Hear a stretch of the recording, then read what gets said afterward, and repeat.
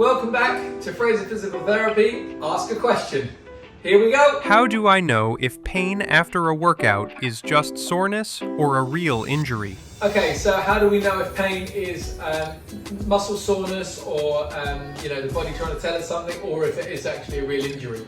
So inherently, if we try and tune into our body, most of the time we can tell if it's an injurious pain or if it's a pain that's acceptable. So I'll give you a quick example because I was thinking about this yesterday when I was talking to a patient. When we go for a deep tissue massage, if that was an injurious pain, you'd be leaping off the couch going, oh my God, what have you done to me? But it's a level of pain that we can tolerate because we know, and our brain will govern this, we know that it's not going to be an injury. Now, when it comes to diagnosing ourselves, always err on the side of caution. You know, if you're out for a run or you're doing something, just stop.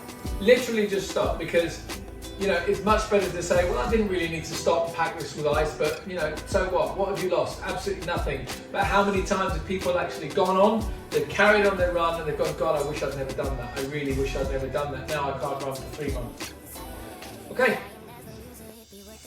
What's better for recovery, rest or training through pain? Look, it depends what sport you're in. Rest or training through pain. There's a few schools of thought here. I know jiu-jitsus that literally they train 7 days a week, and what they do is on a day when they're not feeling amazing, they have different levels of intensity.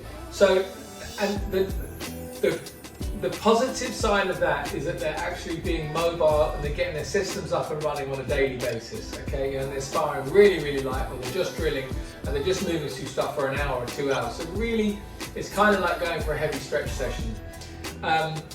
But if I've been involved in combat sports, there's been times when you've got a competition coming up, you've got to train, baby. You've got to get through it, you've got to push hard. And there's a difference between training through pain barriers, and there's a difference between trying to train through an injury. In my experience, trying to train through an injury is always going to have a negative outcome, whether it's a negative outcome in the near future or if it's a little bit further on. Best really to err on the side of caution on that one. But you've got to do what you've got to do. If you've got something coming up and you feel that you're going to be safe to do it, hit it. Get through those barriers, because train hard, fight easy. What's the best exercise to prevent knee pain? Yeah, knee pain. I think the figures are something like, I'd have to look this up. I think it's 92% of injuries at the knee occur outside of the knee, and this is the initial injury, so it's only like 8% that occur at the knee. So when we're thinking about how the knee what the level of responsibility is for the knee, then it's negligible. It's really not a lot at all.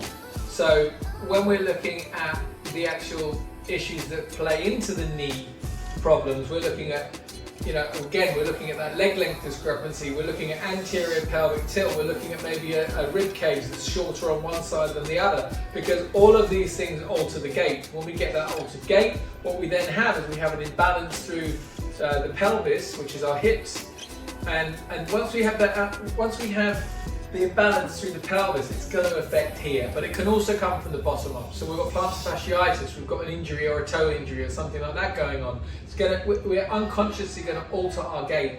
And then what happens when we're altering that gait, this innocent thing in the middle here that just wants to get you from A to B, it takes the brunt. So every time we're taking a step and we've got a slight medial angle or a medius fold on this knee, what it means is that the medial side of the knee, that's the inside of the knee, or the lateral side, either side, the inside or the outside, what's happening is they're grinding together, and they're actually grinding away at tissue that we really don't want to grind away at.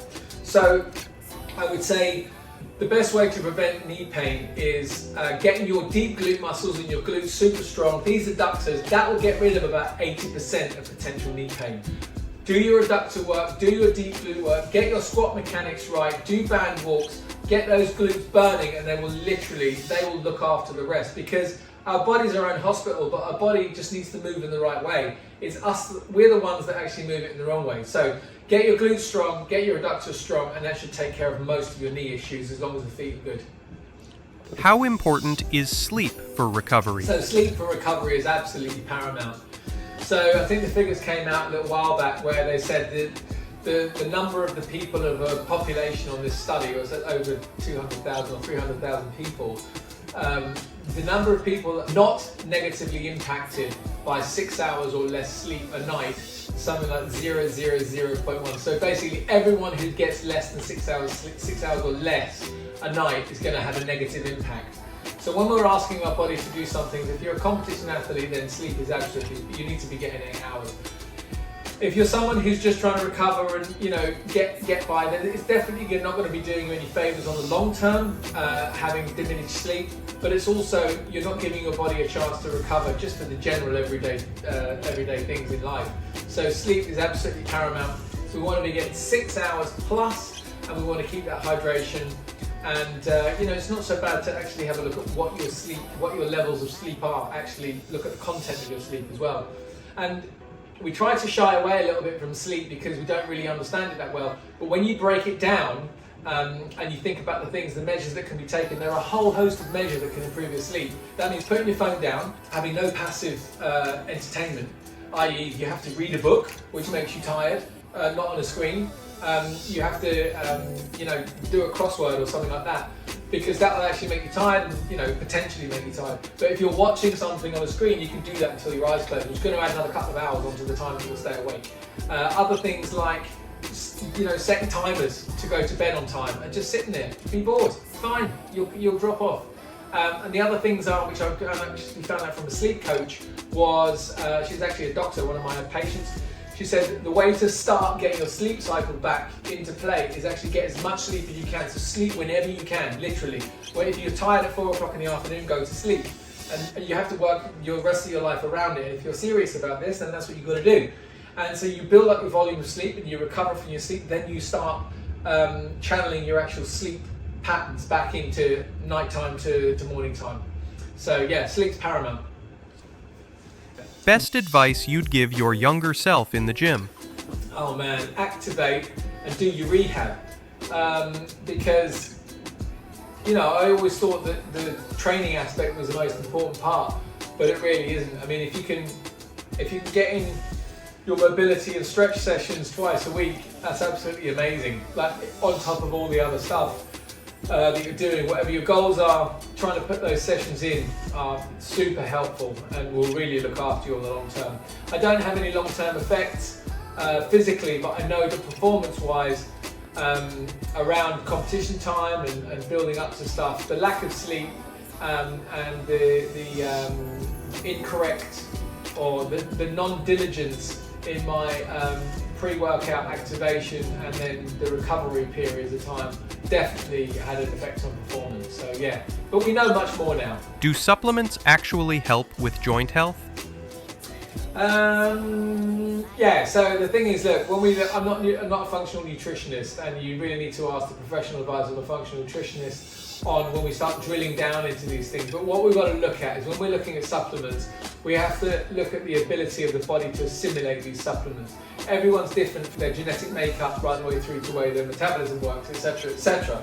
So, but generally speaking, there are things that we need to complement the supplements that we take. So I would say when we're taking supplements, any supplements, like MSM for chondroitin, glucosamine, and glucosamine sulfate, we want to look at those three. We want to try and get them as natural as we can, and we want to make sure that anything that can help assimilate that into our system, that we're taking that with it. What are the most dangerous exercises if done wrong? When I was doing my PT exam, goodness me, like 1997 or something like that, I think one of the trainers said to me that the most dangerous piece of kit in a gym was the Swiss ball, because the insurance companies had more injuries from people falling off a Swiss ball or going to sit down on it when it wasn't there than any other piece of kit. But we know that that's not the most dangerous piece of kit.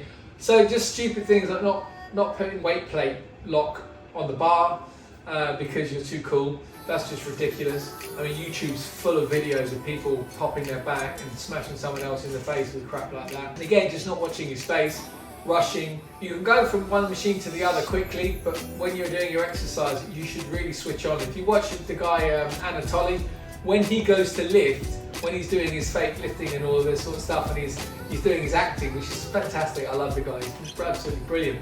So when you watch him when he's about to lift, he switches on, and because he's a powerlifter, he switches on at that moment and goes into a really short routine, like quarter of a second routine, before he lifts, because he knows he needs to be in the right position, and he's never injured because of that. So stay safe. Just go through your routine, make sure you get it right, and don't rush, and that will hopefully you'll stay safe. What's one daily habit that helps prevent injuries? If you've got 10 minutes or 15 minutes in the morning, I'm kind of giving one of the freebies away here as well, is like a short mobility routine that you can, if you are so inclined, you don't have to do this, but if you're so inclined and you want to do some meditation with it, or even some spiritual practice while you're doing this, to set yourself up for the day ahead, and to clear any roadblocks out of the way, you're going to get fit in mind and body. So, all of these things that have been practiced for thousands of years, there's some validity to them. And the way that I bring this in for some of my patients on a low level scale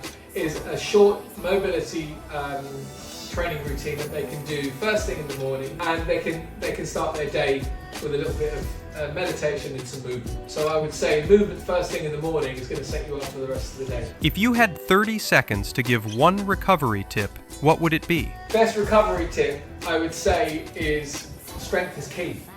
Strength is absolute key. So top of your list, absolute top of the menu, top of the list, top of your shopping list, top of your Christmas list, top of every list is going to be strength for your recovery.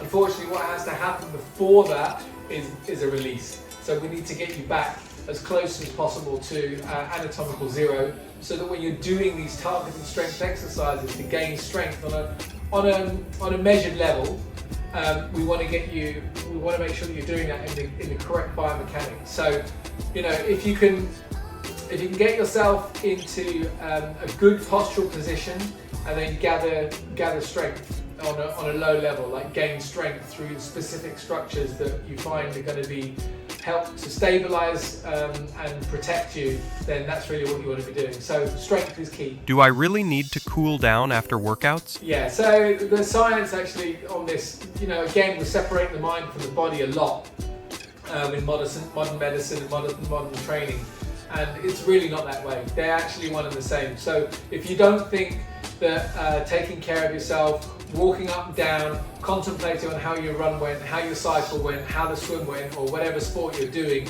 or actually when you watch some of the collision sport athletes at the end of a rugby match, or the basketball players actually thinking about how they did in that game and cooling down at the same time. If you think that doesn't help you for the next game, or help you mentally and with your mental health and psychologically within your sport, then you're wrong.